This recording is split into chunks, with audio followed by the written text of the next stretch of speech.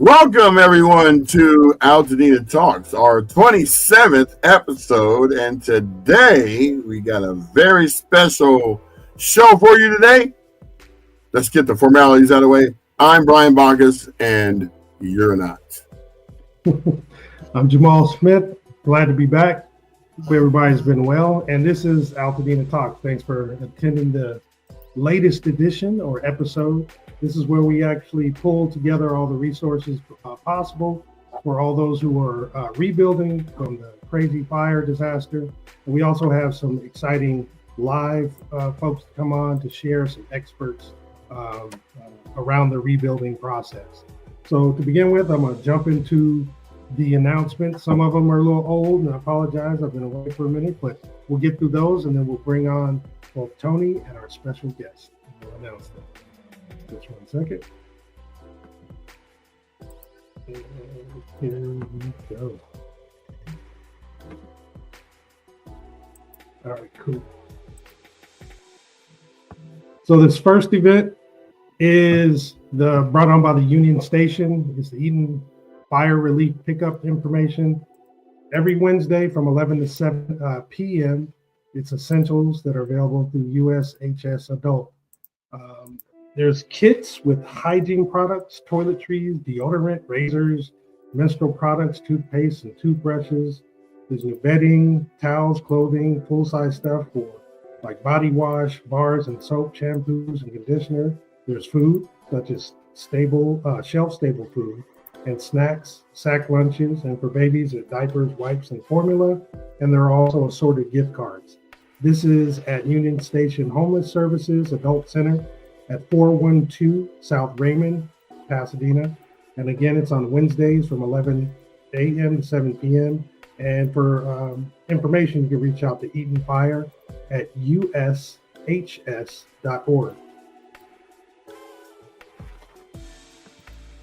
And this is the last one that we'll show for this. Last time we'll show this, the Dina Relief at Pasadena Church at 425 Sierra Madre Villa Avenue in Pasadena. This last Saturday is going to be the 22nd. For information, you can actually reach out at info@pasadenachurch.com or kingandme2020@gmail.com. And you are able to pick up water, food, clothing, toiletries, pillows, blankets, and diapers, etc.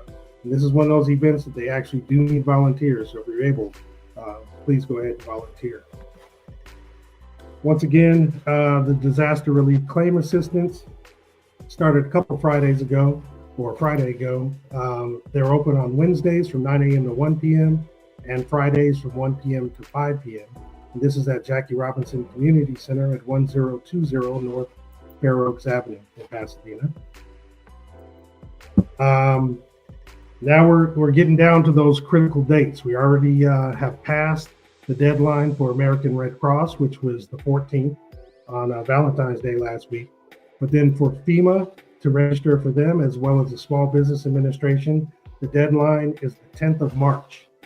So go ahead and take care of that if you haven't done so by the 10th of March.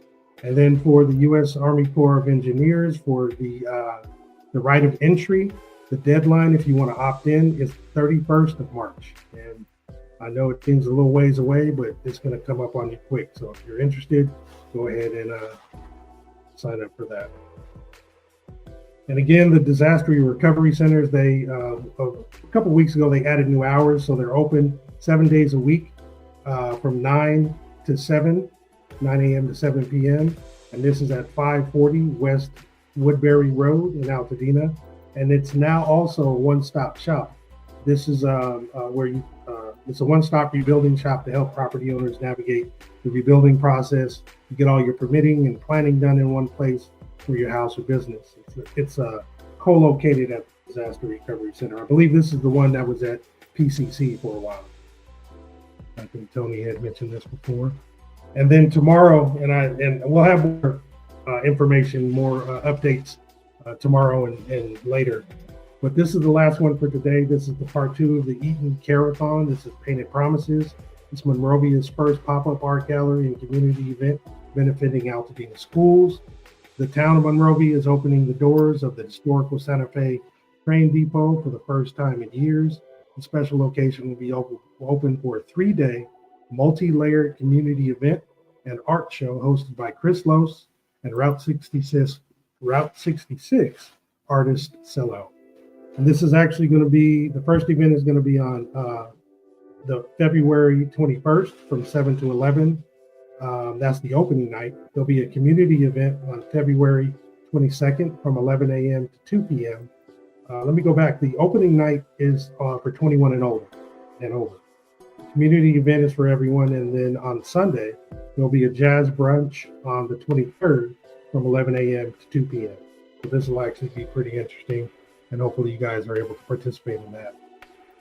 Next, we're going to bring our other co-host, the amazing Toni, for her Toni Talks kind of episode. And she's going to actually introduce the special guest that we actually have.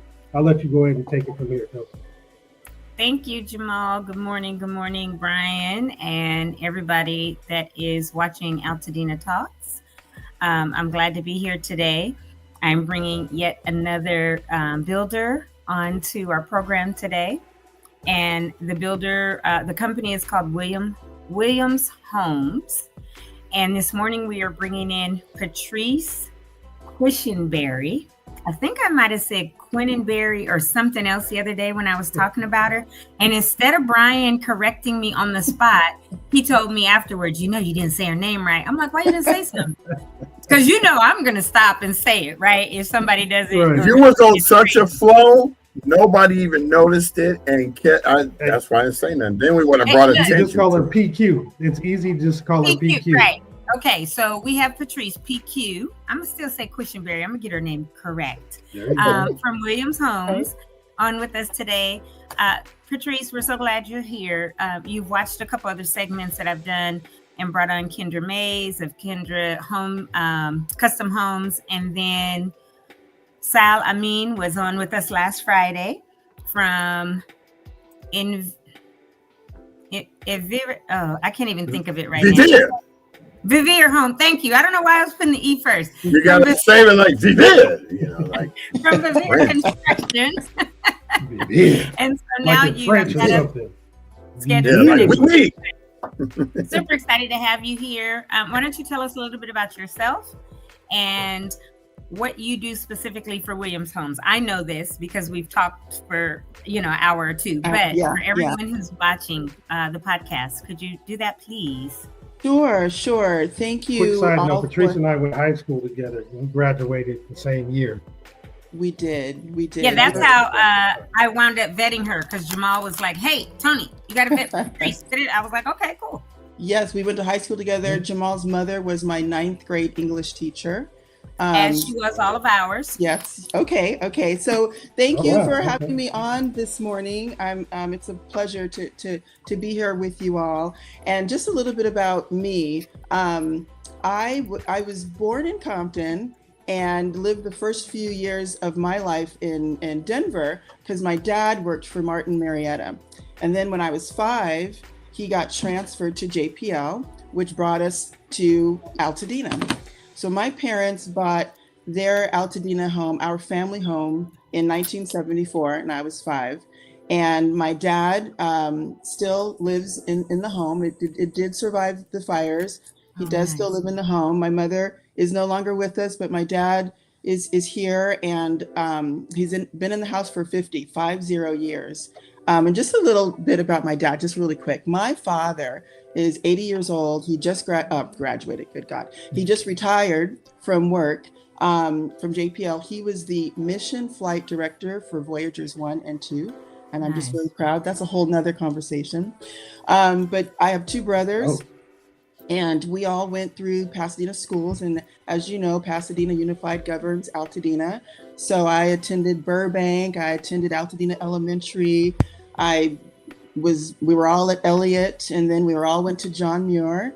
My husband's family, Larry Quishenberry, his family, I think they purchased their home in Altadena in 75. He actually just told me, so I should know, 75 or 76. where he and his brother went through the Pasadena schools. He also attended John Muir. My husband and I, when we got married in 2006, we bought our home up on Alta Pine, where me, my husband, and our son lived for many years. And I don't know if you remember Debbie Rainey's Park Bench Deli. And so for a couple of years, by Webster's. So my husband is a chef, and for a couple of years we took over Park Bench Deli, and it was a really cool experience to be able to transform it into an evening, spot for people to have, dinner and what have you. So we've been around for a while and still are, and that's the reason why this is such an important, what you're doing is very important, and we all really appreciate it, and getting the builders together, creating a community-based approach to rebuilding Altadena. This is a very, very important, very dear to our heart. And for me, I've been in the real estate industry for 35 years. I started my career selling homes. I've sold homes to people in Altadena and Pasadena. My house. Sold Jamal his first house many years ago. So I did that for 8 or 9 years, and then I moved into the home building side, where I worked for many different buildings, selling and managing. And I was with Williams Homes last week, and we were counting the years to determine that I've worked for Williams for about 11 years, selling their communities. My role now is outreach. I do their community outreach and broker outreach, and basically sell the company from a macro standpoint. And I will share, it's been great for me to watch Williams Homes grow over the years. They are LA County based, so they've expanded to Central Coast, Northern California, Texas, one region in Texas, building in 2 regions in Idaho and Montana, and then here in Ventura County and LA County currently. Sacramento as well, right? Sacramento, up in Sacramento. And so a few years ago in the Thomas fires, Williams Homes had built 9 luxury homes, and 4 of those homes were destroyed in the Thomas fires. And so naturally we went to the homeowners and said, we're going to rebuild your homes for you. And Lance and Sadie Williams, they did that. And then they were like, well, wait a minute, we're a builder. We have all these resources. We successfully rebuilt these homes. Let's go ahead and help other people. And that's what they did. They helped other people in Ventura. They opened Rebuild Ventura and built homes and rebuilt homes, and learned a lot from that experience, and were able to help a lot of people. And then things, calmed down, and they put the division kind of to the side. And then here we are today, which brings us to today, where Lance and Sadie Williams decided to reopen their Rebuild division, and I am going to lead those efforts in connecting with my friends and my family and my neighbors and the Altadena community to offer our assistance in rebuilding their homes. But most importantly, there's no way one builder can rebuild thousands of homes. And so my thing is to make sure that we give people information that they can use to make educated decisions. It doesn't matter to me if they use Williams Homes or Vivier or Design. It doesn't matter. What the point is to give information so that people can make educated decisions. And what I learned in the previous fires, the Woolsey fires, I actually connected with people too late because they didn't know what to do, and so they were going down different roads that in some cases led them to never being able to rebuild their home. And so I feel an obligation as someone who grew up in Altadena, whose dad's home is still in Altadena. I feel an obligation to my community to give information. And Williams Homes does as well. With us, we will review a person's insurance policy to make sure that they are maximizing their benefits. Because the Mr. Insurance Man isn't going to say, hi, homeowner, here's your pot of gold. They're not going to do that. So we're going to help them to understand the insurance and extract, not at a charge. This is just part of the service that we're offering. When somebody comes to me and says, Patrice, I want to know, approximately what this might cost me. I'm going to be able to give the information to my team to give the homeowner a detailed, itemized budget to where they can see line item what they're going to be approximately spending on different things, along with the schedule as well. And if a person decides that they want to utilize Williams services, great. We move forward and we take it to the next step. If they don't want to utilize Williams service, at least they have information that they can take to another contractor, take to the insurance adjuster to be able to go back and forth on their benefit and what have you. It's about educating. Yes. If I can just be clear, when you were just saying you can put together the line item document, are you referring to a line item for them building their home? So if they get an amount of cash and say, hey, this is what I'm working with, and you help them with a particular kind of, maybe floor plan, specific square footage, you then say, hey, look, this is how much it's approximately going to cost.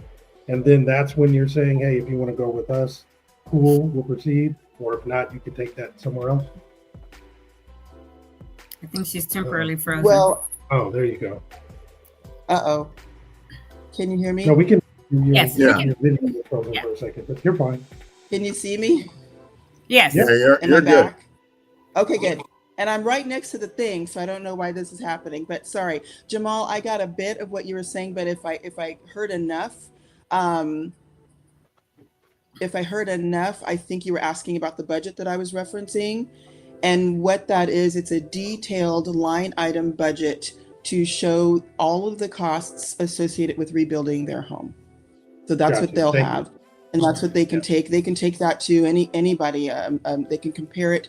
And when they're getting competitive bids and so forth, they can do all of that. And, we are going to have, Williams is going to have a very detailed program that'll be presented by the Zeta Tau chapter of the Omega Psi Phi fraternity. That's going to be next Thursday. And you have the information. I'm happy to invite people. That way they'll get a chance to listen to Lance Williams speak, who's the owner and CEO, Dan Fana, who is our chief marketing officer and rebuild division president. We'll also have our insurance expert on. So everyone will get a chance to hear in greater detail of who we are as a builder and the process. We really are a true one-stop shop, meaning that Williams has been in business for 30 years.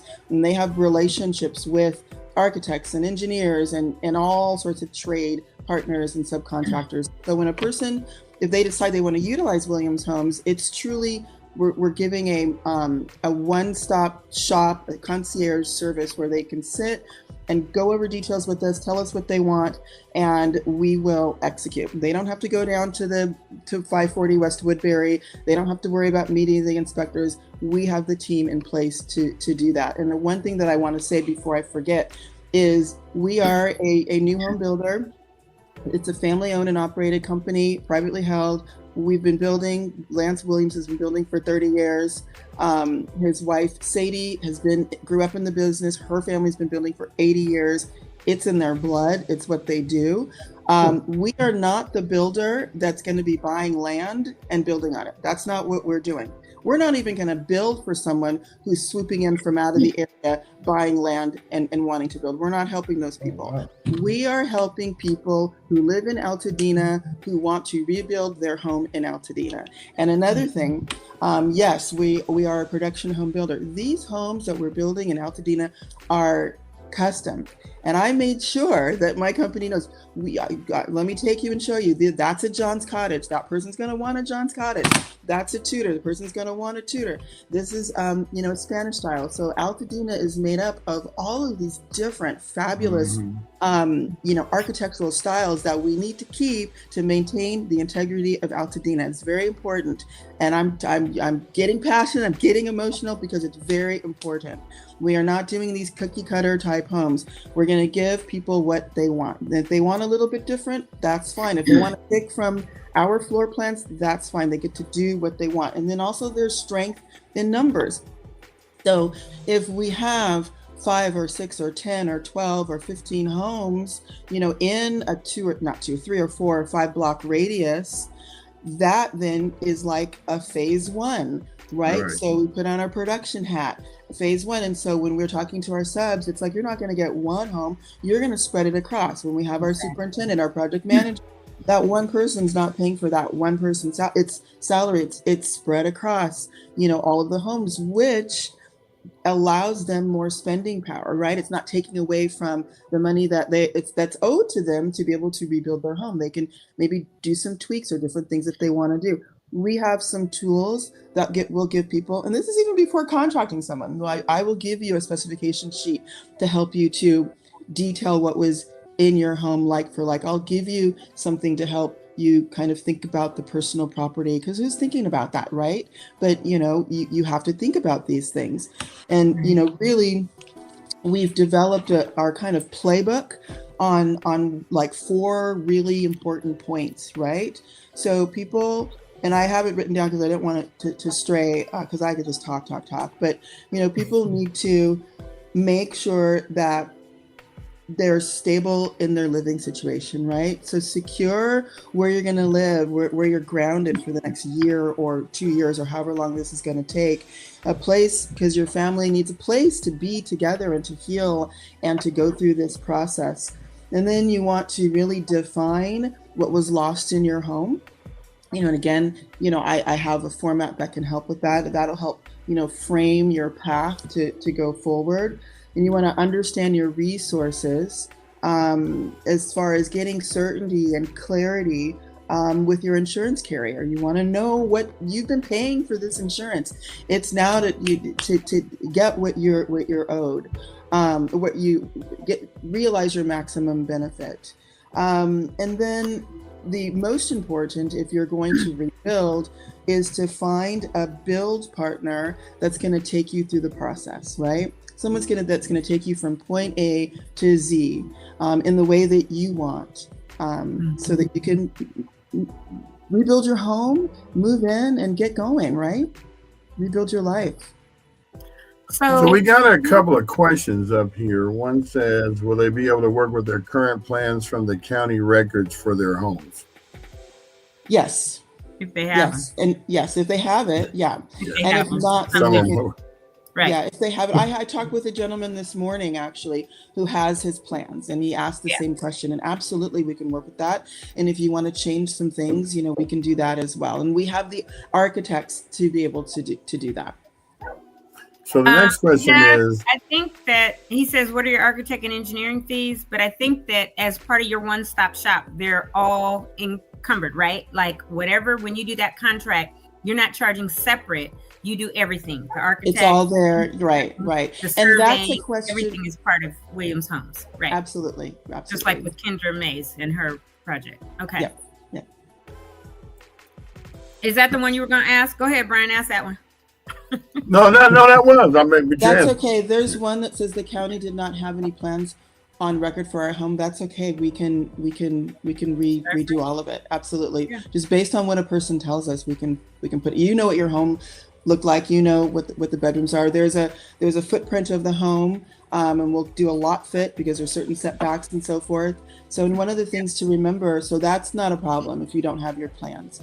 One of the things to remember is that you're going to get, it's a brand new home with today's codes and so forth. And again, next week, Lance will go into all of that to help people to understand what that means and the benefit that is for them. And then additionally, we are working with the municipality, working with Catherine Barger. This is the 5th district. Working with her. Lance Williams is on her coalition just to make sure that we're up to date with everything that's going on and that we are just in the know and can make sure that the homes that we're building are on that fast track. Does it cost more? No. That costs more. What does that mean? But does that cost more than if you have original? She's saying for you to no, because if you have the original plans, they're still going to look at it, but they have to do what they have to do. They have to design it in their system. They have to work with you, to go through several iterations to get it. Have to be up to today's codes too. So that house was probably built 80 years ago. It's not going to have probably got 2-pronged sockets, you know. Yeah. Well, and So you'll things have the I same learned- footprint, you know, you can have the same footprint, but Right. yeah, all the insides are going to be, everything's going to be up to today's code Different. and so forth. Right. Right. Well, I talked to a lady, she'll be on next week, but named Allison Elaine. She has a company she's been CEO of and been in the industry for 17 years. And she's been at everything like Lance, right? Going to every meeting, going to planning commission meetings. And one of the biggest things that's happening right now, like people are saying, oh, we're already rebuilding people's homes. No, you're not. Because plans are being rejected, permits are not being given because they're saying everybody has to have sprinklers on the outside of their home. However, the issue with that is the 4 water companies, Los Flores, Rubio, Lincoln, and Pasadena, the pumps that pump the water are not, the PSI is not high enough. So all the meters and all of that have to be changed to 1 inch. And until they get their own pumps upgraded so that everybody can have these sprinklers in case, there's an issue there. That's one issue that I found out about yesterday. Another issue, they're mandating everybody have solar. Well, I don't understand how they can mandate that and mandating that everybody go all electric instead of gas. But first of all, the solar, the infrastructure is not ready and equipped for.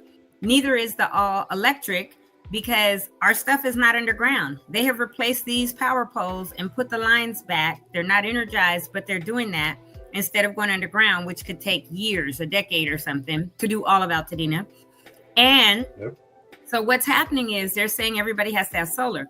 Well, our family home on Wapello can have solar because we've got 3 big oaks. One's 100 years old, one's 80 something years old, one is, 40 years old, 2 big deodars, 2 big pines.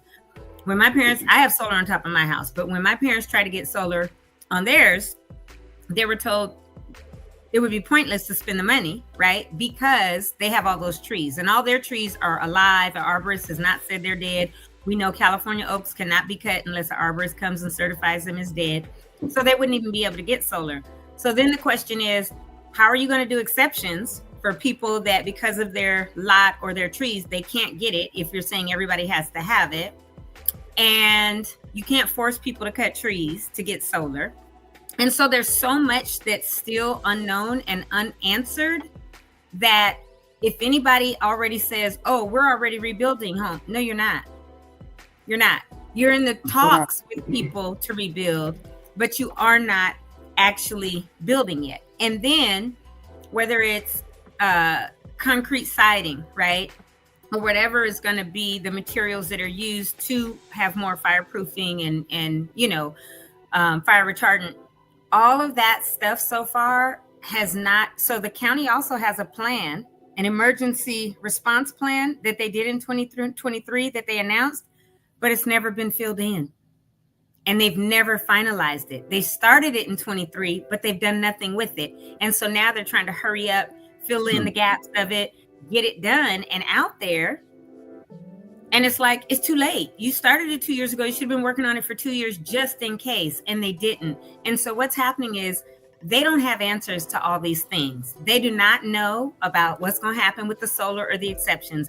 They don't know when the water companies are going to be able to get these pumps in so that there's enough PSI, right? To make sure that all the sprinklers, should there be another fire, go off. They don't have all the answers to this stuff. And especially about how can you say we got to go from gas to electric, right?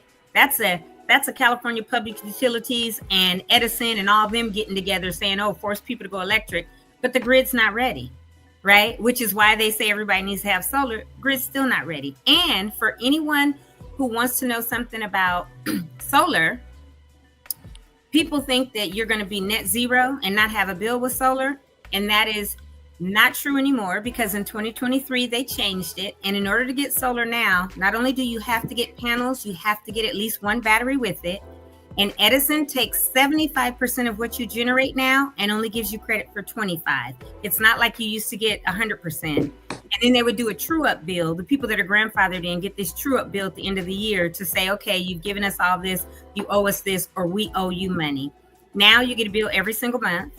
Before solar, my bills were $400 a month. Now they're about $200, and you have to pay it just like it was before. But I only get 25% of what I generate. instead of the whole 100, and they steal 75% from me. So that's why they're trying to force solar on people. But if somebody's uninsured or underinsured, how are you then going to say they have to get solar, which could be a minimum of $20,000, and you're talking about however many panels plus batteries? It could be 30 or 40 grand. So all these questions, the county and the state don't have answers to yet. So don't believe somebody saying, oh, we've already contracted and we're starting to rebuild for people, because that's absolutely not true. It's still really fluid. Things are changing Absolutely. like all the time. Yeah, I get it. It's very fluid. So that's one of the main reasons why we're trying to do what we do. And we got, Toni on everything to get all those details so that we can keep up with it and share it with you guys. And we're being one of many sources for you to get this information. But E-Dub actually had a question, and it's listed up there. So what he's asking, before I ask this or have her respond, one thing I want to make sure that you guys know is Patrice is not the builder. She has a lot of information in terms of how things can work or not work, but the specific details of fees, I think at the town hall that she referenced, you'll probably be able to get a lot more of that information there, because the actual builder will be there and can really be more specific with the fees. And I venture to say that it might be a little different for each person. So it's a case-by-case scenario as well, depending upon what you're bringing to the table. But to E-Dub's point, his question was, so if you wanted to use your own architect's drawings and engineering, will you allow them to do that, and what are your fees? So that's thank you for that, Jamal. Right, I'm not the person that builds the home. I work for the company. I represent the company. So I wouldn't be able to answer that question as far as fees. But as far as if you have your own plans, then yes, we would definitely take a look at those. And if there needs to be any modification just to bring up to today's codes, we would do that. And if you want any modifications to your existing plans, we would do that for you as well. So that's a yes. And if you want, I don't know if you want to put my email address up, that's fine. If people want to email me direct and ask direct questions, that's great. Whatever I can't answer, I can get an answer within minutes. Or if you even wanted to set up an appointment with me, that's fine as well. But I encourage the town hall for next week. Now, the town hall, is that the correct? I was going to say the exact same thing. What? Go ahead, B. No, I was just going to say, is the date correct? September 27th? It says September. It's February. Right? But if it's February, that's the same day as the movie. It's February 27th. It's next Thursday. I mean, there will be people that go, right? But a lot of us won't, because that's the premiere. Yeah, we're premiering the movie. Let me say this. You know what? That date is incorrect. Let me get it to you correct. And yeah, it's next Thursday. It's next Thursday. Yeah. So let me also say this. Patrice has agreed to, and she'll talk to Lance, but hopefully we have an answer. I know Brian is working on that today. He's supposed to be calling some people for me, but we are trying to get a location in Pasadena for Saturday, March the 8th to have a builder's town hall. And Williams Homes has agreed. Patrice and I spoke, and she said, yeah, they will be there. Kendra will be there. Sal said he would be there. I have Ariel, who said he'll be there, and Allison said she'll be there. I have to call this gentleman, Kevin Daly, today. He wants to come on the show, and potentially he'll be at that too. We want to have a town hall in Pasadena for all these builders that we're bringing on and vetting, where they can come actually show some of their plans, give more detail. Like Patrice said, they have, documents and things. Each builder will have an opportunity to give a 30-minute presentation, maybe a little less, because I don't want people there all day, but 15 or so minute presentation, and talk and show everything. And then afterwards, all of the builders will be available at tables where people can go and individually speak with them. If they feel like something resonated with them, with a particular builder, they can get into talks for, hey, I want you to be my designer, builder, whatever, right? And then they can find out what the process is with their engineers, with their surveyors, with their everything, with their building process. And so, hold on one second, Zaire. but all of that and that we're slated for March the 8th, which is a Saturday, which is 2 weeks away, I believe. 2 weeks from this Saturday. Yes. So just to let everyone know, we at Altadena Talks are going to be doing it where it's not we're only going to have like somebody come and just talk to you, right? We want it to be interactive. We want it to be all of these people that we're bringing on. And when I say I'm vetting prior to even getting them on this show. It's almost like an interrogation, huh, Patrice?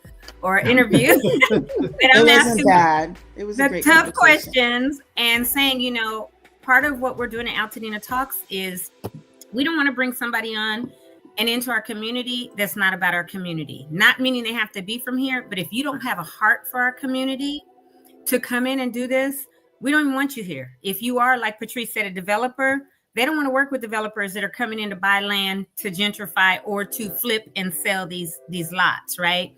We want Altadena to be back as Altadena. And so we have to make sure, I try to make sure that when I'm vetting people, I say that to them, that's, top of mind. And so they know where we're coming from. Now, that's not going to be every organization that brings people in is going to be able to say, oh yeah, we've made sure that they have the heart and the mind of what we're thinking as well for our community. And so we are doing that. And hopefully on March 8th, hopefully in the next day or two, we'll have the location and the time and have about 6 or so GCs, builders, contractors. Again, if there's someone that wants to be a part of that and you see this, you can email me at tonytalks@altadenatalks.com or tony@altadenatalks.com. I think I've got 2 emails now because I messed up and said one, it was the other. But and then Zaire does have this question. He spoke a minute ago about the fireproof, but he says he met with a company that does all fireproof materials. And what information do you have on this, which would eliminate everything we are addressing? And me personally, Zaire, I don't have any information on it being a full build. I can say that I met with somebody yesterday and we'll have information in the next few days about a full home that would go up in about a week. That is a 3D printed home that's all fireproof and they meet all of the standards of California to rebuild. But Patrice, what can you say about that? I can say that will be addressed next week on Thursday because we're getting the question and we do already build with fireproof materials. And so Lance will go into detail on that, greater detail. Okay. And then there was just a question. Yeah, we've been saying that on every show. Corey, we've been talking about Prop 13 and we'll continue to. We've already told people and we'll continue that, yes, under Prop 13, you could build 110% of your footprint and you will stay under Prop 13 where your property taxes won't increase. Anything over that, they potentially will increase. Not potentially, they will. But we've also talked about how you won't have to pay property taxes again on your structure until after the structure is rebuilt. And for the next year, not even anything on the land. So yeah, thank you for that as a reminder, Corey, and we will continue to bring that up and talk about it. Hi, Renee. Welcome back today.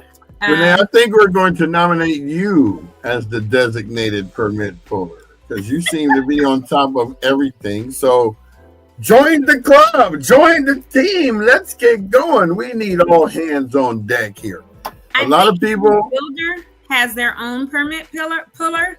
And so I don't think there's one designated permit puller. Every builder has relationships with the cities and the counties that they build in and with the inspectors. And so each builder has their person that goes and does the paperwork, turns it in to pull it. The city or the county will get back with them if there's an issue and they can't pull it. And I know that because in my city, I did owner builder to replace my 100 amp panel to 200, right? And I was my own permit puller and saw how they were like, oh, this isn't quite right. You need to do this or whatever. And so I think that every builder, and Patrice was shaking her head, but you can expound on that, Patrice. But I think that's the answer, Renee, is that there's not a designated one per se.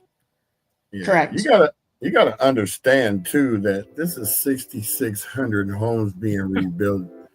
They're gonna have to hire 500 more people to expedite this. So we're just going to have to deal with what happens. Right. I mean, there's nothing you can actually do when 9 months from now, or a year from now, when they're saying, okay, everybody can build now, that line's going to be around the corner. Yeah. And I think they're trying to prepare for that, not only with permits, but okay, Zaire, contact me. Also, you can call me, Zaire, 626-399-4694. I know Brian will put it back up. I've had it up on other shows. I don't trip about people having my phone number, because if you act crazy, I know how to block and delete you. I got a 976 number still. But call me, text me, or email me at tonytalks@altadinatalks.com. And then I'll connect with that company and do whatever vetting. And if we feel like we need to bring them on or bring them to the builder town hall on the 8th, that's cool. And I don't anticipate that this will be our one and only.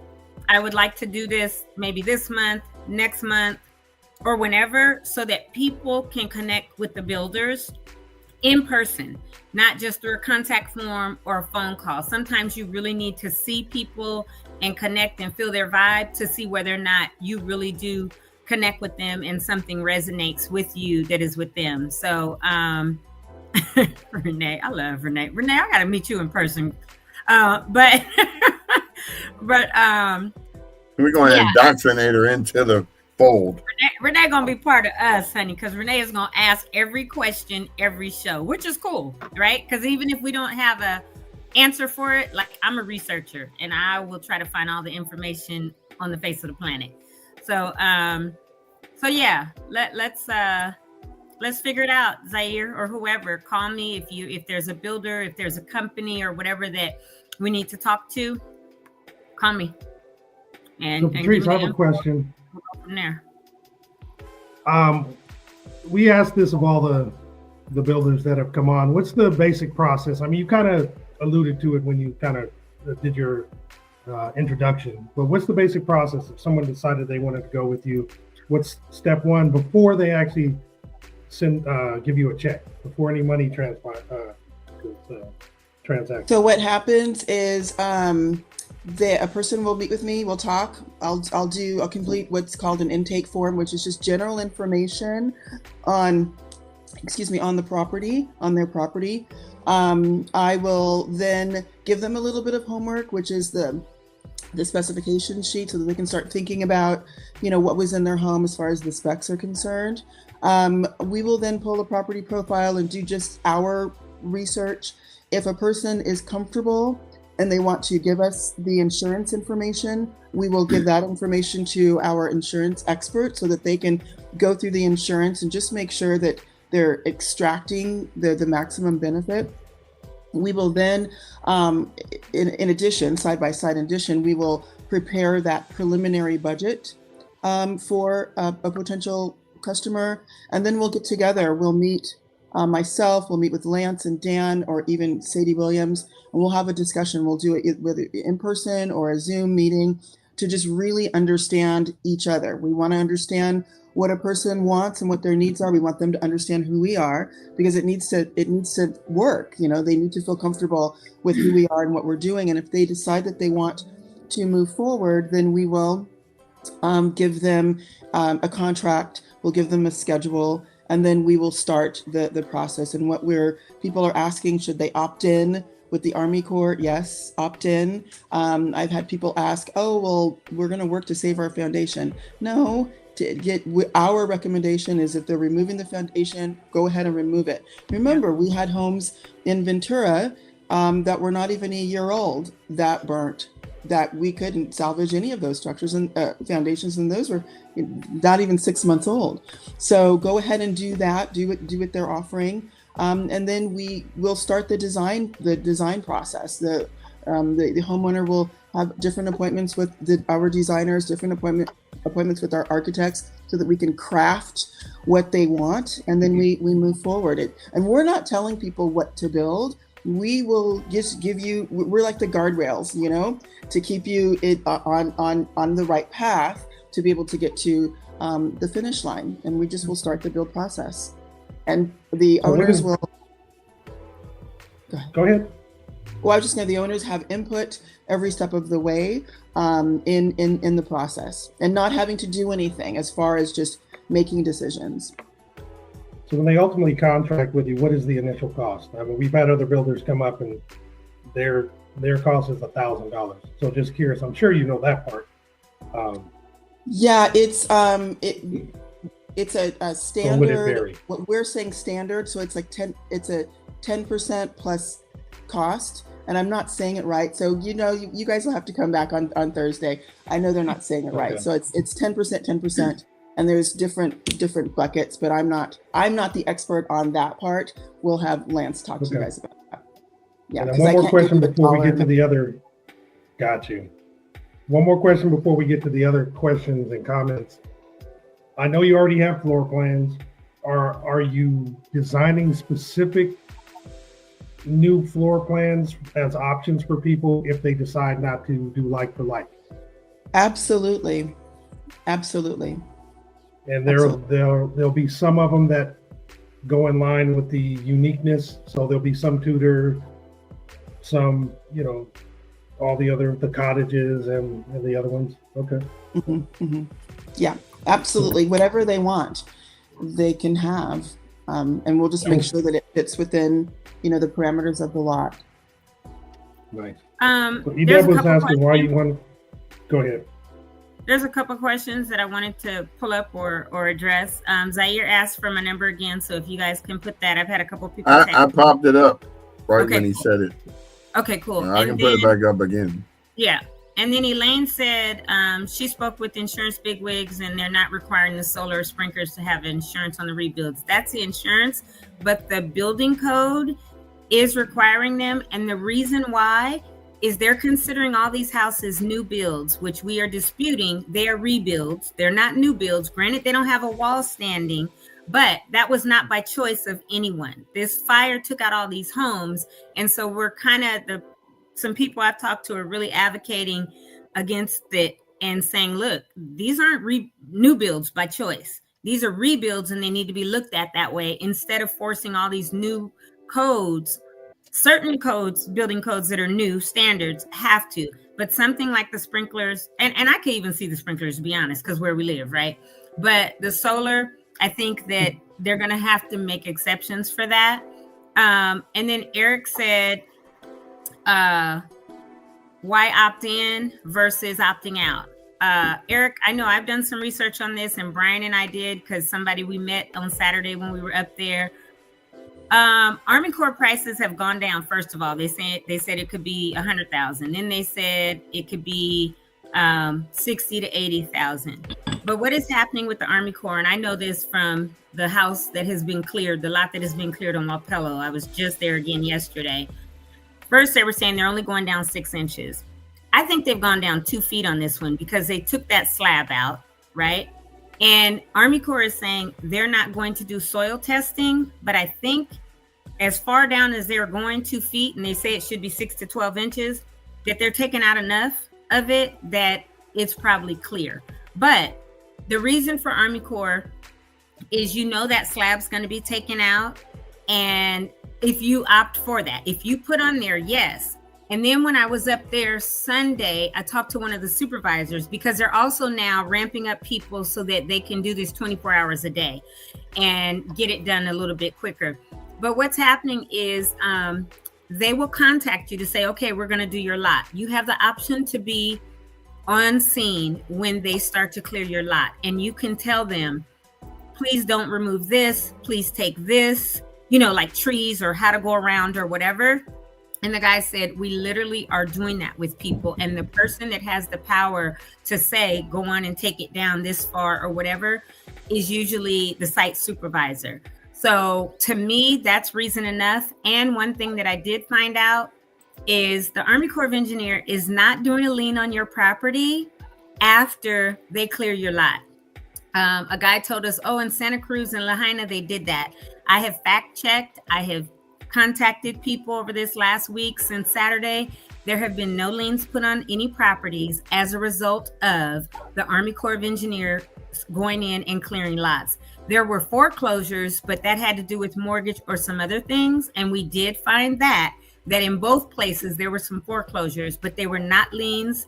And as soon as, if you read the opt-in form, as soon as your lot is cleared, that opt-in becomes null and void. It's nullified because your lot is done. So they're not going to try to come back and say, oh, you owe us this, and we're going to put a lien on your house. So for me personally, E, that's reason enough, to do Army Corps.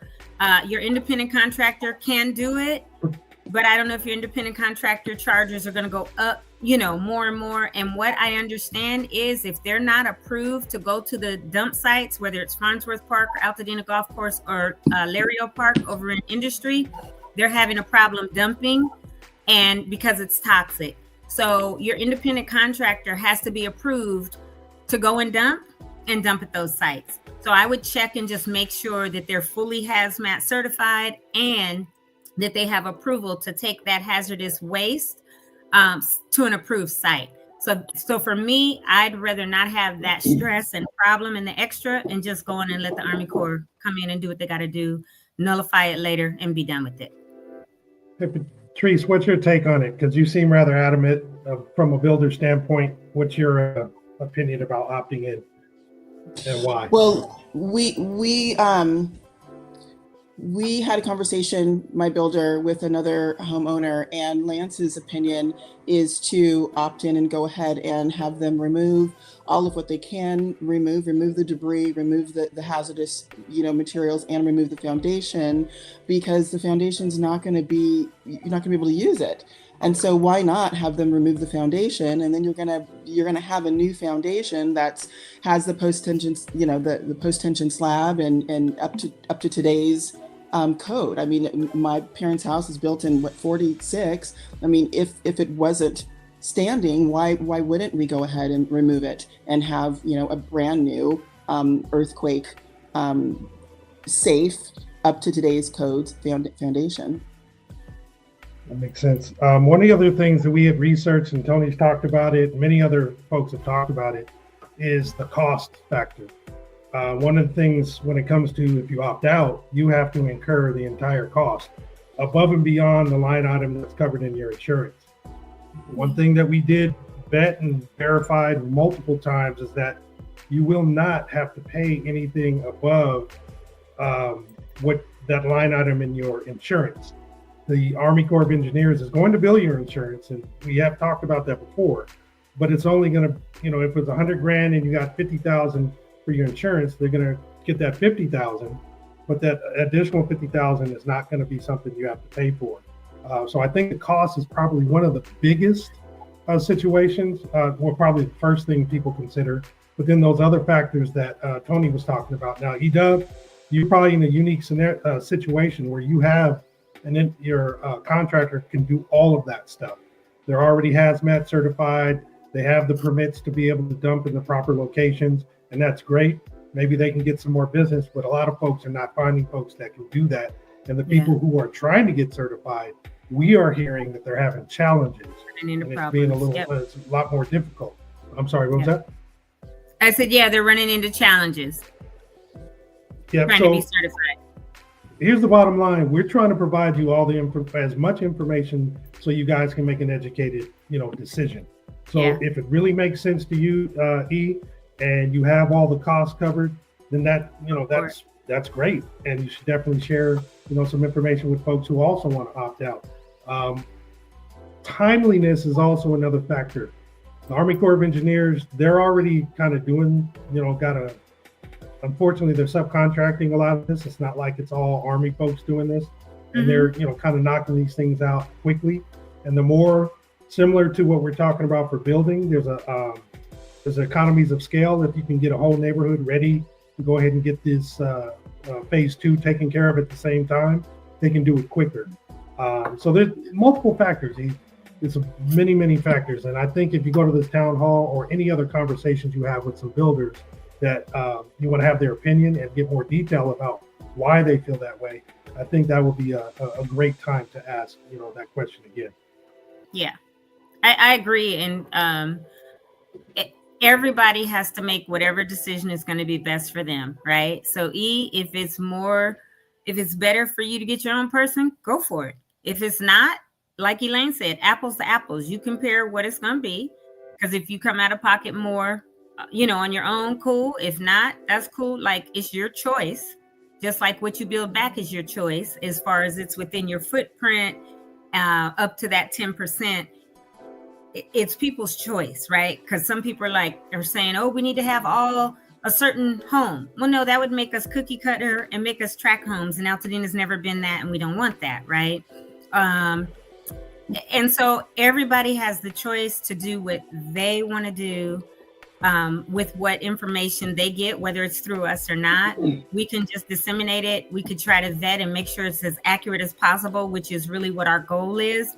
And then you run with it and do what you will with it. So only you know, E, what you can do and what's going to be best for you, whether you opt in or out.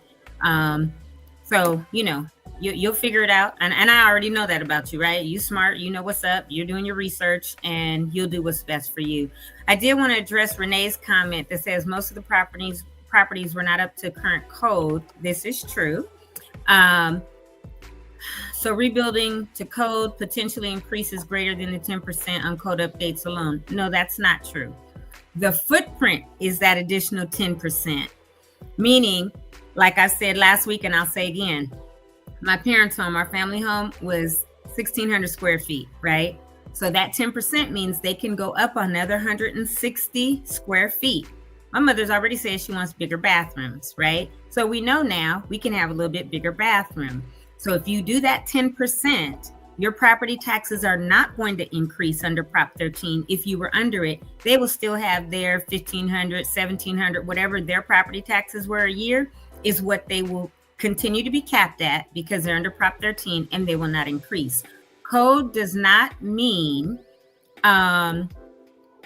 because it's a new standard for, the fireproof materials or any of that. That's what code standards are, not footprint on square footage. Prop 13 addresses that footprint, that square footage, the 10% above that. That is not going to increase it. So, and then the rest of the comment says the city will use their permits department to determine it. No, and we're not with the city. Altadena, as you know, is unincorporated. We're the county. So the city has nothing to do with the permits that are going to be for Altadena. If there were properties in Pasadena that were affected, they will do theirs. But the permitting department is not going to determine, you're 10%, now you're at 110, means you're over and we're going to increase your property taxes. They can't. That's what Prop 13 was for. That's what we voted on back then. And then it says property tax increases are inevitable. No. I will do some research with the tax assessor and Cinder Bryant. Yeah, okay. Anyway, so hopefully I've broken your comment down enough that you understand from what you said which part is accurate and which part is not accurate and not factual. And I personally have gone and talked to the county assessor's office. We have read it over and over from the website.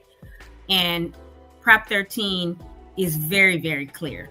That 10% you can do, anything over that will change your property taxes. But if you had 1,600 square feet and you add, and now your home is another 160 on top of that, that's within the 110%. Your property taxes will not be increased when you start paying them again. I know, Elaine. Thank you. Thank you for validating it. But that I do know very, very well. So, well, we are coming up on an hour in. Patrice, how you feeling? You feel like you want to go for round 2, or you think you've had enough? I'm good. I'm looking at the clock, and I have another after you. So I'm good. Perfect. And this is great information for everyone. Toni, I am very excited to be part of what you're putting together. I think it's important for the builders to get together and to collaborate. I'm also an ambassador for the Building Industry Association, and I'm taking some notes on some of the questions that you're addressing as far as the solar and as far as the sprinklers and the electricity. And yeah, you're speaking as though we're building a new home community, because in the new home community world, it's all electric, which I'm like, Right. it's electric, and the solar is there, and then the sprinklers. And one of the things that Catherine Barger was talking about early on was the fact that there's a lot of private money out there that's coming in, and they're trying to figure out a way to funnel those monies into grants for people, because there are people who are underinsured. We haven't even touched on that. There are people who are underinsured but want to rebuild their home, or uninsured. And so, and even so, what if they do say, okay, we're not calling this a rebuild, which it is, we're calling this a brand new home, which it is. And so, homeowner, you have to have the solar, because it's a California, mandate, and the electric is California mandate. So maybe there will be some workarounds. I don't know. That's something that the BIA, the Building Industry Association, as an advocate for the consumer and for the builders, are working on policy like that. I'm actually meeting with them in about 20 minutes. And I'm going to bring this up, and I'm going to actually connect you as well, because they'll definitely want to be a part of these conversations and these town halls, because all they want to do is help. And there are things that I can't answer, things I couldn't answer here. We'll get answers for you. We'll get that flyer invite over to you so that you can actually post it. God, September. Patrice, I'm curious. You had mentioned the Builders Industry Association. Can you explain a little bit about what they're about and what they do? So the Building Industry Association it's been an association for builders and contractors and people within the building industry for many, many years. I think it's 102 years old or something like that. So there's a local level, then there's state level, and there's a national level, which we've been part of all of my building career. And there's different components. There's sales and marketing for the new home sales professionals, but then there's also policy and government advocacy, which is really where Lance is very much involved. Just shaping the law, creating laws to make it easier for us to build. And pass that along to the consumer. So they are getting involved. I have my first meeting with regards to the ambassador program that they have launched to help recovery, rebuild. And so I'll have more to report on that next time. And one more thing, Patrice, that you might want to say to them, I found this out yesterday as well, that surveys are being required as well, if by chance you don't have your PIN on your property. So if something happened or you didn't have, like my parents, both sides of them had rebuilds recently in the last 10 or so years, and all 4 of their PINs literally are in place. So they won't require one. But if you do not have your PINs in the ground, and pins are basically a little medallion, a piece of metal that shows where your property line is, then they are requiring people to get surveyors, which could be $1,500 to $3,000. But if you work with your neighbors, you might be able to do a domino type thing, because if they do a survey from here, they're going to go and see over to your neighbor's lot, to the neighbor's lot, on down the block.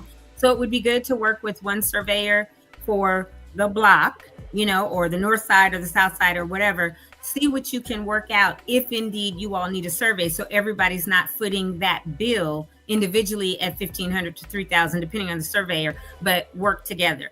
So just found that out yesterday and forgot to talk about it earlier, but definitely surveys are being required, and you may need to get one or collaborate with your neighbors to make sure that happens as well. Toni, just to speak a little bit on that, and when people are looking for a builder partner, the surveying process is part of that. And so you are correct. So let's just say you have a builder partner that is going to be building 10 or 12 homes or what have you. That cost, like you're saying, can be spread across all of that. So yes. Okay, thank you. So I want to say that we've been having, I want to appreciate the entire, audience that's been meeting with us on a regular basis, and in particular this episode, because you guys are asking very poignant questions, very good questions that affect everybody, and we can respond, as we've mentioned, the best way that we can based on the information we gathered. What I encourage you also to do, and I'm sure you're doing this, is you're going to other locations, you're doing your research as well. So as you find any additional information, please feel free to come back, share it with us. If you want to pop on and talk a little bit too and share it that way, it's very helpful. It's a collaborative effort here, and we're resources for each other. We're all trying to help one another. So in particular, things are changing. And to Edub's point, there's no true assurance in any one direction that you go. I know it's kind of hard for some folks. When we want to lean on the government to do certain things, we can't always believe the first thing they say or what they say at all. But that's why we got to do the research, right? We got to figure out, hey, what are they saying? What can we hold them to? If anything changes, what can we, do about it? And if we choose to do something else, let's do that. Feel free to go ahead and do that. But if you want to share why, and you got other resources to help us understand that, and other people to go down that path, share that so we can, again, be that community sharing these resources together. Thank you again, Patrice, for coming on. You have another meeting and you have to run, so we will not kick you out, but we'll let you out. And we'll stay on probably, I don't know, till 11:30ish, Brian and Jamal and I, and continue to answer questions that are in the chat and go from there. So thank you again for coming. I look forward. Before you leave, there were 233 people watching. Awesome. Wow, that's wonderful. Well, I thank you very much. And I'm going to send you right now the correct flyer invite for our event next Thursday. Okay. Apologies for that, but thank you guys so much for having me on, and thank you for what you're doing. The messages that you are giving out to people. Like I said, this is a safe space for the community to learn information, share information, and work together in a collaborative way to move forward. You're coming back, so we're going to have you back so you can give updates on how things are going from your perspective and from Williams Home. So. Okay, definitely. And on the 27th, who can go, we'll put that information out there. And then on the 8th, you and whoever from your team should be able to come to our Builders Town Hall. And hopefully I have a location if Brian makes those calls today in the next day or two. Okay. And Toni, I'll reach out to you because if I can help you with the location, I will help you with that. And we're going to be doing more town halls as well, and group meetings and so forth. Yeah. And it's just to share really quickly. I have a homeowner, and they haven't seen their neighbors in weeks. And so I said, well, how about we get all your neighbors together and we'll do the dinner, and we can have dinner. They can see each other, talk to each other, and we can talk about what's going on. We can answer questions. So we will do that. We will create environments, spaces for people to get together and talk and get information. Thank you guys. Perfect. Thank you. Awesome. Thank Have you, a great Patrice. day, Patrice. We'll be Have in a touch. good day. Bye. Thank you. So Edub, you just posted, and this is what we all said a few minutes ago. Everybody has to do what's best for them and their situation. Whether they want to opt in, that's their right, and they can do it. If they opt out and choose to go with their own contractor or debris removal company, that's their choice and right, and they can do that too. So yes, we again are trying to give pros. Some people bring cons, and whatever people choose to do, get it done.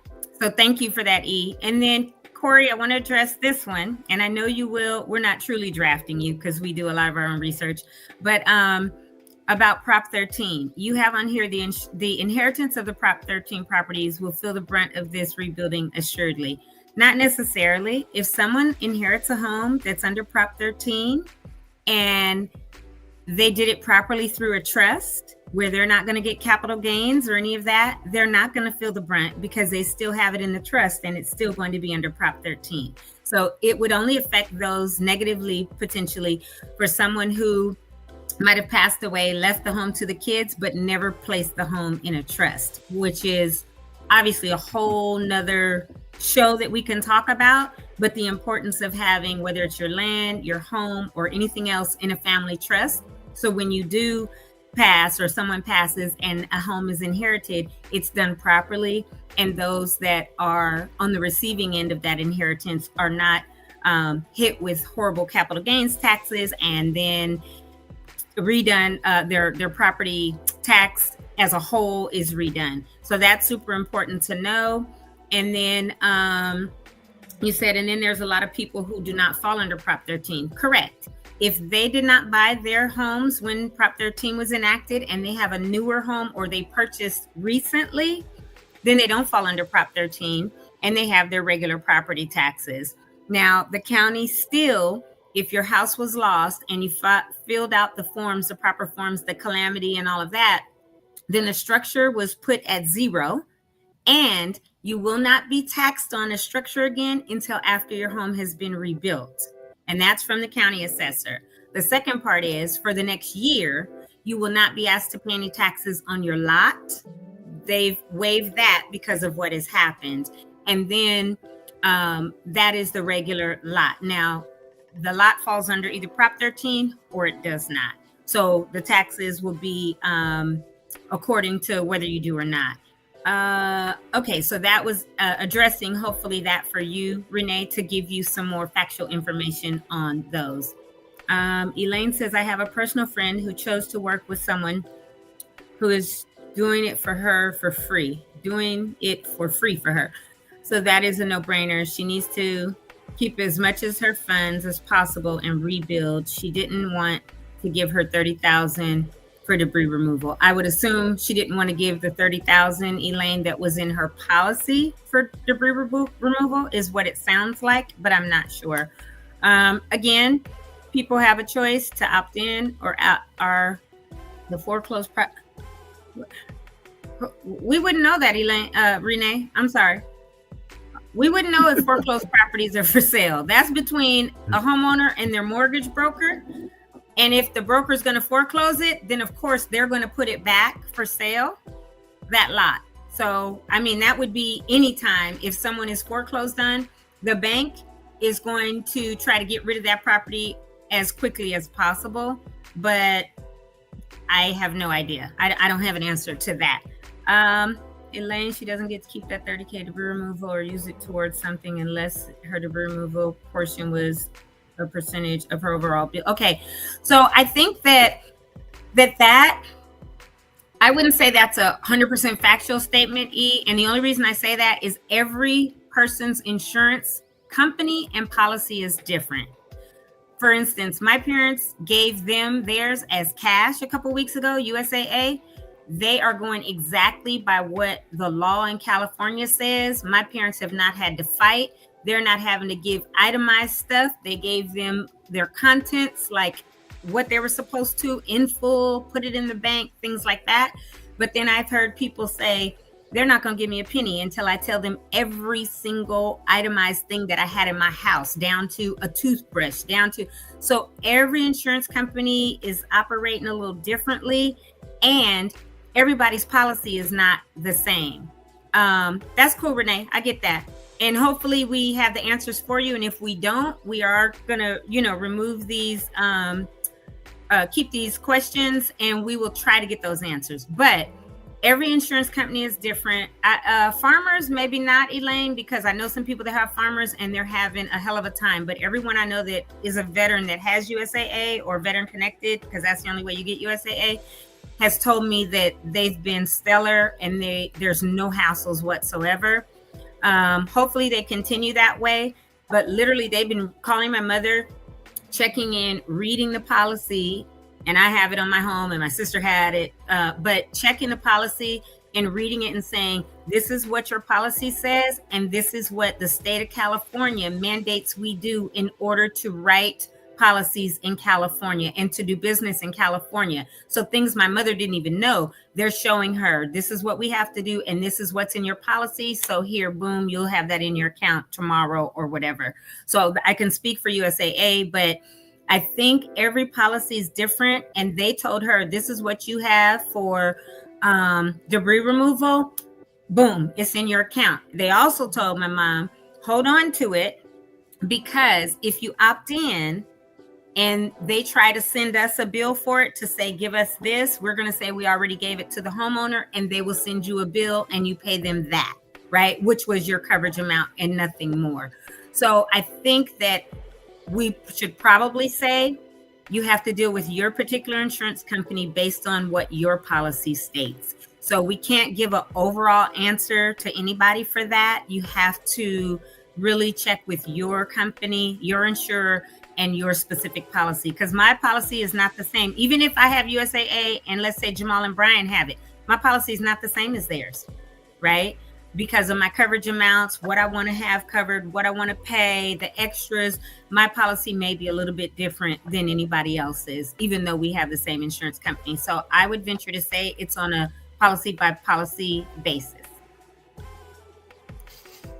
Okay. Well, I'm going to take this little segment to shout out to people who have joined us on the Instagram live feed. We got Chimley's Altadena Fire join. Look around. Tracy Anderson, the classic Ash, Mosan Moore, Arcadio Aguirre. Hey, Arcadio, that's a friend of mine from way back. Dan Anonymously, I mean for what? I mean, that's your name. I mean for what? I hope I know who you are, because I don't even know. And Levi Violet, thank you for joining. And we appreciate y'all being on top of checking things out. We got one more statement. Latonda says Mercury gave 75% of personal property. The rest you have to send a list, but for debris removal is paid out only after all portions of your policy has been paid out. So they said if I want to opt out, I have to use the money they sent and get reimbursed later. Yeah, so again, everybody's policy is different, how they operate. Somebody I know that has CIG said they called them immediately and gave them their whole entire contents immediately, right? Where her mother has Farmers, and Farmers is saying, oh, we canceled you October 15th. So when I talked to her Monday, I said, call Farmers tomorrow, because if they canceled you from October 7th or 90 days prior to the fire, which would have been October 7th, they are mandated by California to reinstate your policy, and they have to cover this loss for your mother. And she was like, oh, I had no idea of that. Now, granted, it's all in the news, but I check the governor's website, I check the county supervisor's site, and I check the insurance, Ricardo Lara, his website daily, because there are press releases that happen, and I want to make sure that I have that information and that I read it so that when we're on here, we can talk about it and I have the information that it's its latest, right? So, yeah, Zaire, I'm texting you right now. So I'm trying every day to do everything that I can so that we have the most accurate information. But I told her that on Monday, and she said she was calling them Tuesday. She had no idea that, oh, they said they canceled us. Oh, and also she said, they said, oh, we sent a letter. And so I told her, I said, when you call them tomorrow, ask them, did they send a certified letter that you guys had to sign for and they got the return receipt, the little green card?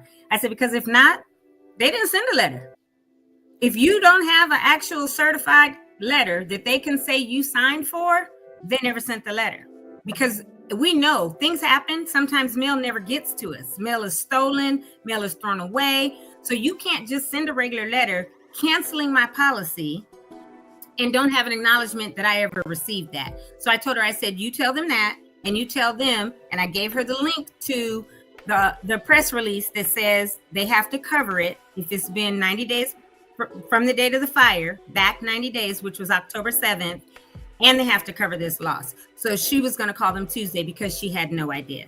So, yeah, Zaire, I'm going to text you. Renee says, my land is $379. The first land lot was sold for $550. If more sales happen along these lines, this is an example of land value difference. I suggest people get a copy of their current tax bill online and keep it because, yeah, everybody has to do what's going to be right for them. Even with selling, and I think we addressed this last week too, my situation is not the situation of anyone on here. Yes, I would love for all Altadenians to keep their land and not sell, but I can't be mad if somebody has to sell because I don't know anyone's personal situation or the reasons for them to do that. They could be fully not insured for the last year or something and lost everything and figured, you know what, I'm gonna go on and sell this lot for as much as I can get, and I'm gonna go on and live my life however off of this. If they're retired on a fixed income, who knows what, right? So I'm not gonna judge anybody. Just like the debris removal, opt in or out, people have to do what's best for them.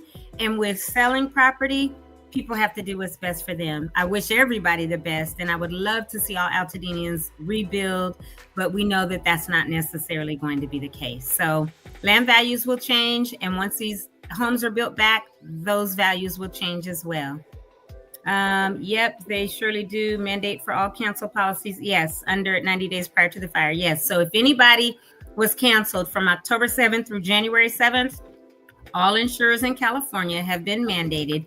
They have to reinstate those policies, and they have to cover this loss. So if you know anybody that does not have that information and thinks that they got dropped, if it was October 7th through January 7th, they need to call. The insurance companies know this, but they are not going to tell you. So go and make them reinstate you and cover this loss to help you rebuild. And Zaire says there is money, so they need to hold. They will get more and don't sell on that part. Yeah, that's how I feel too. But again, I don't know anybody's situation, right? So if somebody chooses to sell, I'm not going to be upset with them or whatever. Obviously, to that point, make it a park or something like that for right now. Put a fence up, let these other properties start to go back up, and that land value will increase if you absolutely have to sell. But, if not, try to rebuild. And to that point, though, and for what you were saying, Toni and Zaire, we're going to actually have some financiers come on soon as well. Folks who are part of like real estate investments, not to take the land, but to actually provide some financing for folks who need it. We're going to talk to loan officers. There's programs out there that are going to assist people. Again, we're trying to provide resources to give people options, right? We want them to be able to make educated decisions. Unfortunately, certain people, like we were just talking, maybe they are in a situation where they got to sell. But for those who can hold on for a little bit, we may be able to get some resources to them so they may be able to lease it. I mean, I'm throwing out ideas. I'm not saying specific, but they might be able to lease it to someone else to build, and they can make some money off of that. Or, like I said, there might be programs where they can get money to actually build it the way that they want, but they didn't think they could. So hold on tight, do your research too, bring it to us, but we're also bringing some of that stuff to you guys. So, stand by. And Elaine, I like your comment. Sorry, Brian, let me just say this one. Elaine said there are many out-of-state owners who don't have much of a tie with the community anymore. I do know several people that moved because California was so expensive. They love Altadena, would love to buy back in Altadena, and have said the same thing. I grew up there with you, Toni. I want to come back. Maybe I can buy a lot that's going to be for sale and build on it and move back. So that is a potential, right, that people are looking at. So even if somebody is coming back in, we can't get mad that an out-of-state owner might buy, because it could be somebody that grew up in Altadena, moved away, and wants to come back. So again, we don't know any situations. I think we have to give one another grace right now, because things are fluid, changing all day, every day. And I don't know anyone's situation, so I'm going to be graceful with neighbors and community members and call it a day. Well, insurance adjuster for a couple of years. It's all about classifications. Okay, Renee, thank you. There's private money that they don't even have to pay back. Yep, definitely. And Corey says sell to her or others that want to come back. So yeah. No, just sell to her. She got all the money. Just sell to her. Don't sell to nobody else, because she gonna train for Chattanooga. There are organizations that are still trying to help people, right? There are organizations that have raised money that want to help uninsured, that want to help underinsured, that want to help elderly, that want to help veterans, that want to help Black veterans, right? Because I talked about that. And so there's so much private money that's being dumped to help people.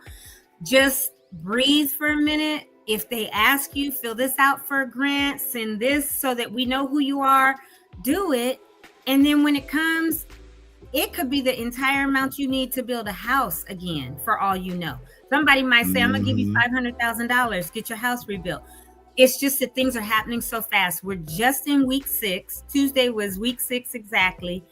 And it might feel like we've been in this 6 months already, but we're just at week 6. So stuff is coming like a million things in a minute, but we got to take the time to breathe and get through it. And we will continue, the 3 of us and others that we bring on, to bring you guys the most accurate information we possibly can. if you know of somebody that's trying to do something, we can get really good research on people and find out if they're shady or snake oil salesmen or whatever. And if we need to give it to you, stop, Brian. We would do that as well. And see, Brian, say it without you even doing all that. But we'll do that as well, because again, we want everybody protected, right? This is our community. Whether you're in Altadena, just outside Altadena, living, Pasadena, the San Gabriel Valley, or moved away, but you grew up in Altadena and you consider yourself an Altadenian, that's your hometown. Let's do it. Let's continue to collaborate and do everything together so it could be best for all of us. I just want to give a special shout out to Scott Suddeth over on the Instagram side. Michael Cooper. Thank you, Guido. I don't even know if Michael Cooper is the same one from Confunction, but if so, welcome. Wait, that Michael Cooper or Pasadena's Michael Cooper?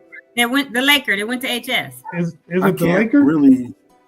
Because if it's Michael that one, I be harassing him every time I see him. We were on a plane together a couple of years ago going to New Orleans, and I was seated. We were both in first class. I was seated like a row or two behind him.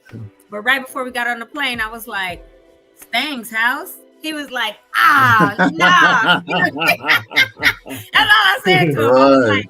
I was like, we were at the airport, LAX, and I was like. And then when I was seated 2 rows behind him, we got ready to get off the plane. And I was like, you know what's up? Always Stang's house or something crazy. He was like, if I'd have known that, I'd have sat next to you or whatever. Like, I'd have got on you the whole flight. So it was that one. Hey, Mike. But let's see. I don't know. Pasadena love. No doubt. Scott, shout out. Hey. To you, Jamal. Right. Now, he sent me a text, so we got somebody else that you're going to have to vet, Toni. There might be another builder. Yeah, that's fine. And Zaire said he's going to send me somebody. Look, if we can get this the 8th, if not, maybe that next Saturday, which is, I think, the 15th or something, and have this builders forum, builders town hall, bring them all in person and get a large enough space and have, some snacks, hors d'oeuvres or whatever, sandwiches, something, and get people there.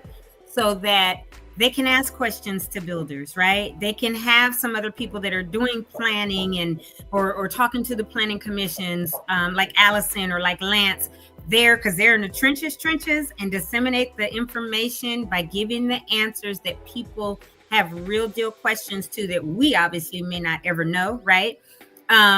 I think that having something tangible they could take away from there is going to be huge. And that's why I said that might be the first one, but not the last one. So whatever we can do as the same as what you said, Renee, being a servant, we're definitely not getting paid. And somebody offered me, hey, if you make sure I get an X amount of homes, I'll make sure I take care of you and pay you. I was like, no, you won't. I said, this is my community. I don't want anything. What we're doing is volunteering as servants to our community. We are servant leaders, period. And so for us, we are in that same vein. We're servant leaders. We're doing this because it's our place, right? It's our hometown. Where we grew up. It's our town. And that's it. And we want to see our town back. Perfect. LaTanya, reach out to me, text me or whatever. I had somebody else text me, Deanne, that said she does administrative work and she has some availability. So I'm trying to build a team for us to really do this. And as you guys know, I'm also doing the thing about the volunteers, all the builders that I'm speaking with. If this is your first time hearing this, I have a volunteer sheet. We can plop that in either now or tomorrow. And if you want to sign up to literally be boots on the ground, build, swing a hammer, screw a screwdriver, whatever, when we start building these homes back, I've told everybody that I've brought on this show, and I am bringing on, I want you to be able to have the army of people there to work with us. We'll take care of the waivers, right? So there's no liability on the builders. All the builders are like, oh, that's important. Yes. But they have all also said, yes, if you have 100 people or 200 people ready, when we have 4, 5, 6 lots on a Saturday and we all get there at 7:30, 8 o'clock in the morning, we can get that house framed in one day. Most builders said it takes their crews a week to frame a house. But if the manpower is there and there is a site supervisor there and says, this is what you do follow this lead. And I said, if I got to be there every Saturday and go from site to site, and if somebody is not doing what they're supposed to, I'm going to ask them to leave, right? Because we don't want liabilities for anyone. But if we have 50 people there that can help, put a wall together and then put it up, stand it up so that it can be bolted down, whatever, tied in, they are all like, yes. I just read an article 2 days ago. Help speed up the process for everybody. Exactly. I just read an article 2 days ago that there's a construction worker shortage because of the fires. So if that is the case, and I'm sure that is, then we as volunteers will need to provide, yes, that sweat equity and be there so that we can help build our town back. So sweat equity. We have our own Habitat for Humanity. That's right. It's going to be Altadena for Altadena is the name of it. That's right. As close as we were before. Imagine how close we're going to be as we help build it, right? You're going to be 96 years. I remember when I helped Mr. Smith put her wall up. It was the most exciting thing we had ever done that day. So let me get this link real quick, and I'm gonna pop this in our chat. Oh, you got it. Yeah, I had it up there already. I just put in comments. Come on now, when you open your mouth and say something, I'm like, bing! Right, so put it in the actual comments so they can click on it if you can. Oh yeah, let's do that. Yeah, because on the screen, that's one thing, they got to type it, but put the link in the actual comments for them. I have the sheet open, and there's 3-4 people that I've put on, including myself. I'm at the top. But y'all, let's get it. Let's get on this list. Let's, if some of you have built some stuff and you know how to, fling a hammer or use a nail gun or whatever, I have volunteer area. You could put that, right? But even if you don't know anything and you want to be there to support, you want to bring water, you want to bring snacks, whatever, we want this when this process gets started and the permits and plans get approved and the permits are issued so that we can really put in that sweat equity and help bring our community back and help build it. So, yeah, that's the link. So wherever you are, you should be able, if you're coming in from Instagram, you should be able to see this. If you're coming in from Facebook or YouTube, we're in syndication. And anybody, I had it as viewer. Anybody with the link is now considered an editor. You can go in and add all your information. Just don't type over anybody else's. Yeah, you better make that change that. It's either viewer, commenter, or editor. I want to be the only volunteer. I'm wiping all these people out. But I see it real time, so I could easily. Oh, you know what? No, you know what I'm gonna do? I'm gonna close this sheet down. I'm gonna make it a Google form. Yeah, that was the plan. Yeah, that was the plan. I thought I did that. I thought you did it too. I did. Hold on, let me find it. So y'all. Because I actually made one too, I think, on Altadena Talks. We all have access. Yeah, you connected it to it. I did connect it. I just need to find it. I apologize. Yeah, once you send it to me, I can pop it up on our site. Then they can go there. Yeah, and then they can go there. That's where all the forums are going to be anyway over the weekend. Huh? If right now you have access to those links, get in there now before I lock it back down. But I'm gonna send the other link to the form as soon as I find it as a Google form, and then that way we don't have to worry about all of that. I could keep it locked down, but you could put how you want to volunteer, whatever your name, address, phone number, and everybody won't have access to it either. So yeah, we all should just go volunteer for them first and get the basic training and policies, and then come help. I think that would be the best thing to do. Yeah, I've done Habitat for Humanity, and it's amazing. But yeah, we'll get something. We'll do training or whatever. And the builder said that as people sign up to the site, they will give a quick training of you need to do this, not this, and we'll have to work with an attorney and make sure our waiver is right and all of that stuff. But we'll take care of that. I believe we have some time, since there's issues with, is this a new build, a rebuild? Are we having mandating solar? Or we have a little bit of time that we can get all of those things ready before that. But if you have a desire to volunteer, this is the first step, filling out the form. And yeah, let me work on that, but we'll put that up later. So I think we're like at time anyway. Whenever. Yeah, think we have anything else. I mean, we got a raving audience here that's like really ramped up things these past couple of days, and every time they see a builder come on, they got questions, which I don't blame them. I got questions too, but I let y'all ask the questions that I was gonna ask because I want you guys to be involved. The audience is what I'm talking about. You can't access the link. She said she can't. Did you click on the link? Did it work? I don't know. Maybe it didn't work. Maybe I got to go see what's going on here. It might be a bit.ly, but it's okay if you can't. That's all good. We're going to put it on, Altadena Talks later on? Yeah, we'll have the form up there so you can just go there. So if you go to Altadena Talks, there's going to be a forms section, and you'll be able to go there and click on the link. And you mean AltadenaTalks.com or the Facebook page? We're going to probably post them on. No, the website. The website should, because that's where the form is going to be. So yeah, can you put that website link or?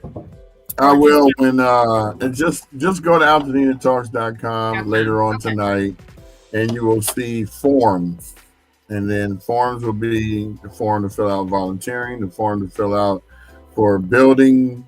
Getting vetted for the builders, all that. Yep. That way you'll get it, Tony, and you'll be able to. It'll be more streamlined. Okay, cool. You guys got to remember, the audience is who I'm talking to. We have been diligently putting this whole thing together since the 16th of January. We're only in the 27th episode, and yet we have a nonprofit filed, a website up, documentation so that you can always come there and see. If you go to our blog, you'll see that there's information there popping up there every day. We're really trying to make sure that Altadena gets the information that it needs so that we don't have to worry about people being misinformed. So majority of the information that we have, we pull it from reliable sources. And we vet everything, even our own stuff, because we're truth seekers here, And Altadena is not in the mode of wanting to hear horse crap and all kinds of other stuff. So that's why I had to slow my roll, because on my other podcast I'm potty mouth for sure. But this is, we got a lot of seniors, and I try my best to. Hey, before we go, you should make a shameless plug. Oh yeah, by the way, let's go ahead and do that. Since we all got your all's attention, there's a movie I know that Patrice is going to be doing her thing, but this was way planned before the fires happened. So I'm just hoping you guys come out and support the movie. There's going to be question and answer session afterwards that is going to focus on, really, we're picking up the people from the movie the day before, and we're going to drive them through Altadena. And I want to get their reactions of actually, because you got to remember, these are the descendants. They don't get to see an actual town burned down. So this is going to be it's going to take them back to what it was like when their parents or grandparents lived through that. So it's going to be for those who aren't aware. So Green Avenue Project is a Black Wall Street film based on the town of Greenwood, where Black Wall Street was. My cousin Terry Bacchus grew up there, and he's a great orator when it comes to telling you the stories and the best kept secrets of Greenwood. But what the documentary is documenting straight from the people that are living now that went through that time. Some of them, their parents went through that time. So it's basically, you get to hear the conversations of the people and what it was like and what the racism factor was and how they dealt with it afterwards and how they rebuilt and how it's standing today. So that's about all I can give you. If I give you any more, actually, you can click on that link and you can go watch the trailer, and that will give you a taste of what it is. So the link is going to Eventbrite, and there's a trailer on the link where you buy the tickets at, so you can actually see what it was. And everything you see in there, it's an exciting documentary. You're not going to be bored. I'll tell you that right now. There's a lot of footage from back then and up to now. So that's pretty much it. Oh, is that what that was? Oh, do you want to put this up here? Yeah, did you put your link up for the movie to buy the tickets? Because I know you got to sell out some more tickets. Did you put that up already? It didn't stay up there that long. That should be the first. Yeah. We got to leave it up there for at least a minute for people to see it. So we're going to count, Stacey. 59, yay, 57, 56. Say it again. We can do that other one tomorrow that I put in our chat.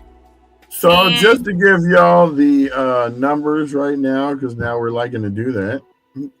We had 323 views, 112 reach, and 53 interactions. That's nice. Just from Facebook alone. That's not counting YouTube, Instagram. So just telling you that people are actually watching this. So, we're happy. Do you have the event? No, I don't. Yeah, I'm going to do that today. I've been so busy. I'm sitting in. So what you guys don't know is after we get off of here, we normally have a session where we're talking about what we're going to do next that day before the next day's show. The only break we really get is on Saturday and Sunday. Actually, Saturday, because Sunday we're doing town hall meetings, Zooms, and stuff like that. So this is we need your help. Let's just say that. We need your help. We're doing this. We took on this. We embarked on this mission. We took on this task. And I have a love for my city. So every day I'm trying to be out there filming, catching different things. It's just crazy. Tomorrow I'm going to be out there early. I'm probably going to be, you guys are probably going to be bringing me in, Toni, because I'm going to be on location. Okay. Hopefully I think I got signal up there because I did a live from up there about 3 weeks ago. So, but yeah, that's it. We stay busy. This is an unpaid chore, task. And it's project. Not even a chore. It's not a chore. The chore is me not living close enough to actually get there without having to spend 45 minutes driving one way and then driving back. So yeah, that's the burden on me. That's the chore. Yeah. But next week I'll be closer, so I won't have to be really worried about that. So. Okay, you know what? Elaine's volunteering. Let me know what you need from me. I can make phone calls. We need you to come on the show, Elaine. Hey, put this that number. Put that. That last little. That's the new Google Doc that I just did for the volunteer form. Is that the one you just? It's not a Bitly, but it's not too long of a link. Just put it. I'm gonna have to fix that. I think you made one last week, but I don't know where it is. So. Yeah. Don't worry about it. Let me fix this form. I'm gonna share it real quick. They could share it real quick since people were like, "Oh no, don't share that yet." I'll tell you. No, just the image. I'm actually the website, what it looks like. Oh, okay. Because I was taking off a certain section of that. You're taking off something. Yeah, you had the edit portion on there. I just wanted to cut that off. Oh wait, no, I gave the respondent link. Yeah, there's a link. There's a button that says request edit access, but. Okay, hold up. No, I got it now. It's right here. What? I love it. Oh, there's a short link right there, Brian. You just sent one? Yeah, right above what you sent. Is that forms? Yep, that's it. The reason why I do the other ones, we're going to be having the Bitly. No, we don't have Bitly anymore. Now it's outdatatalks.org and it'll be /short link. Oh, okay. Remember, that's why I couldn't put the website on there because they are using the dang form for the. But you can share that link with people. Now, I just sent that into the comment. So if you are on Facebook, you should be able to see it on my page.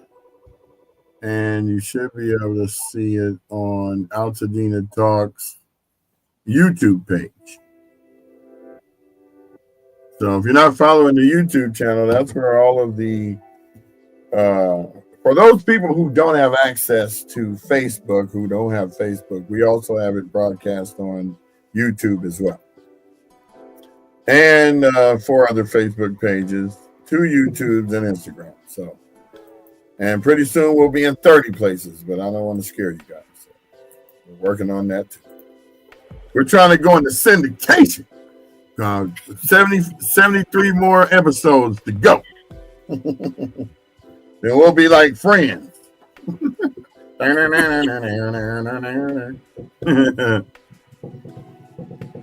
Yes, we oh, I know. Well, that's what we have the blog for, so that we can keep you entertained with updated information, so you won't be bored. So you'll come to our website every day going, what's new? What's going on today? What are they going to give us now that's going to be beneficial in our lives tomorrow? This is what we do this for. So we do it for you. And a couple of chili dogs from Wiener Schnitzel. We do take, you see the support on the bottom, support us. So we do it for free. But we can use your help on occasion. You know, I like nut and bunt cakes. Hey, Altadena folks, I gotta go. Love you guys. I know we all do. Tony and Beacon. I'm starving. Love you guys. See you next episode. Yeah, we're out of here. And look, he just left. I'm like, I gotta go. I'm out of here. Just, you know, he didn't finish to say see you next episode. We'll do the wrap up, the after show wrap up. Okay, so we're gonna do y'all like we did him. See you next. Bye everyone. Have a good day. Turn. There he goes. He came back. He's like, I gotta pee. You're so silly. All right. See y'all later. We out. Peace out. We're in.